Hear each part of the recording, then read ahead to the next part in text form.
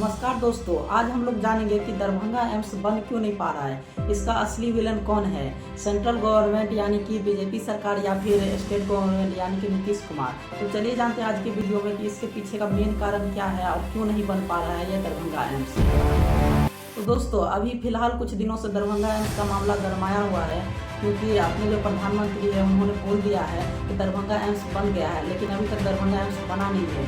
इस पे दोनों तरफ से वार पलटवार हो रहा है और कहा जा रहा है कि मतलब कहाँ पर एम्स बना करके दिखाइए, और उधर से जब बना ही नहीं तो वो भी अपना बहाना बना रहे सेंट्रल गवर्नमेंट के आदमी लोग कि हाँ ये एम्स तो बना नहीं है, लेकिन इसके पीछे का ये कारण है वो कारण है। तो इसका मेन विलन कौन है वो चलिए जानते हैं, दोनों तरफ से जानते हैं। तो सबसे पहले हम लोग बात करते हैं सेंट्रल गवर्नमेंट जो इसमें गलत काम किया है, इसके नहीं बनने में उसका पीछे का कारण जानते हैं। तो इसमें हम दोनों पक्ष को जानेंगे कि इसमें कौन सा पक्ष अच्छा काम किया और कौन सा पक्ष बुरा काम किया, यानी कि सही काम नहीं किया दरभंगा एम्स को बनने के लिए। तो सबसे पहले सेंट्रल गवर्नमेंट की अगर बात करें बीजेपी सरकार की, तो उसने बुरा काम ये किया है इसमें कि जब आपको ज़मीन दे दी गई है तो आपको उस पर बना देना चाहिए था, और आपने डायरेक्टर भी जब किया था तो आपने क्यों नहीं उस पर काम आगे बढ़ाया।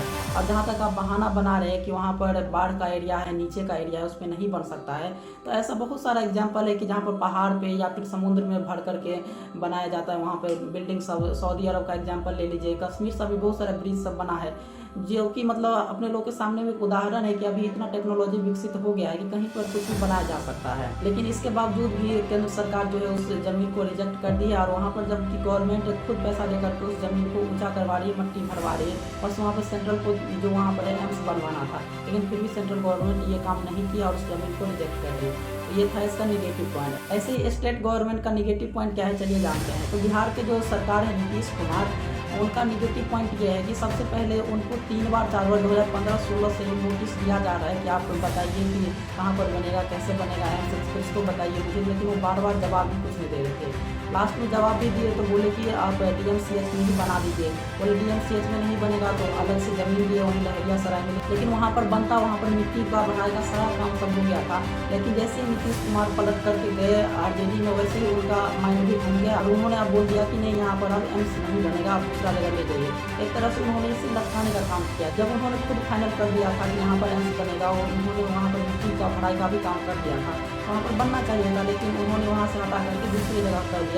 ये था स्टेट गवर्नमेंट का निगेटिव पॉइंट। अब चलिए जानते हैं इसमें स्टेट गवर्नमेंट ने अच्छा काम क्या किया है। और स्टेट गवर्नमेंट के द्वारा जो अच्छा काम किया गया है उसमें यह है कि भले ही दूसरा जगह ज़मीन दिया गया, लेकिन ज़मीन तो दिया गया है, एक नंबर बात।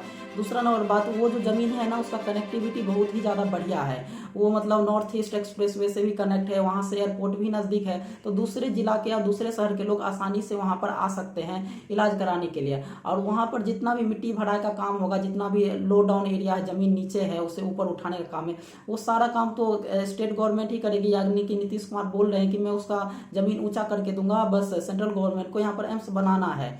तो ये था इनका अच्छा काम कि वो मतलब ज़मीन भी दिए हैं पूरा, और अच्छे जगह पे भी दिया, साथ में मिट्टी भराने का भी मतलब टेंडर तक पास कर दिए थे कि हाँ यहीं पे बनेगा। लेकिन सेंट्रल गवर्नमेंट की टीम आकर के इस जगह को मतलब रिजेक्ट कर दी कि यहाँ पे नहीं बन पाएगा, ये बहुत ही लो डाउन एरिया है, बहुत ही गहरा एरिया है। तो अब चलिए जानते हैं कि सेंट्रल गवर्नमेंट यानी कि बीजेपी सरकार इसमें अच्छा काम क्या कर रही है। तो अच्छा काम ये की है कि मतलब इन्होंने बार बार निरीक्षण किया, इन्होंने बार बार स्टेट गवर्नमेंट को बोला है कि आप मुझे बताइए कहाँ पे ज़मीन है, ज़मीन में बुराई क्या है, अच्छा क्या है, इसे ठीक करके दीजिए। इतना ही नहीं, उन्होंने एक डायरेक्टर भी नियुक्त कर दिया था दरभंगा एम्स के लिए कि जिसके निर्देश में ये सारा काम किया जाएगा। लेकिन स्टेट गवर्नमेंट की लापरवाही के कारण वो फिर वहाँ से चले गए, क्योंकि बार बार ज़मीन का स्थान चेंज हो रहा था, कभी यहाँ बनेगा कभी वहाँ बनेगा, ये सब।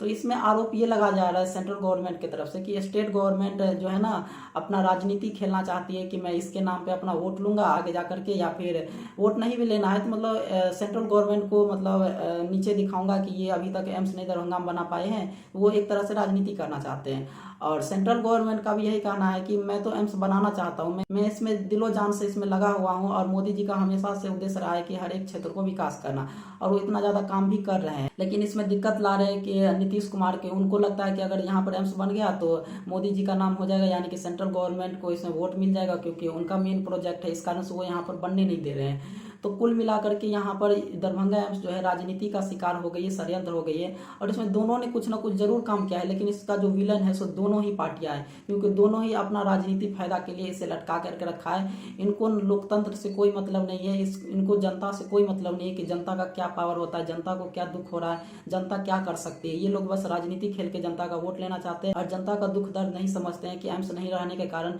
कितने लोग यहाँ से दूसरे राज्य में जाते हैं, वहाँ पर ज़्यादा पैसा खर्च होता है, वहाँ पर बहुत सारे तरह के तकलीफ होते हैं लोगों को। क्योंकि अपने राज्य में अपने स्थान पर हो जाएगा एम्स तो कितना ज़्यादा अच्छा ही होगा। तो दोनों को मिल करके वहाँ पर काम करना चाहिए और जल्द से जल्द दरभंगा एम्स को बनाना चाहिए। लेकिन यहाँ पर दोनों ही पार्टियां अपनी अपनी राजनीति रोटियां सेक रही है, जिससे कि उसे वोट मिले।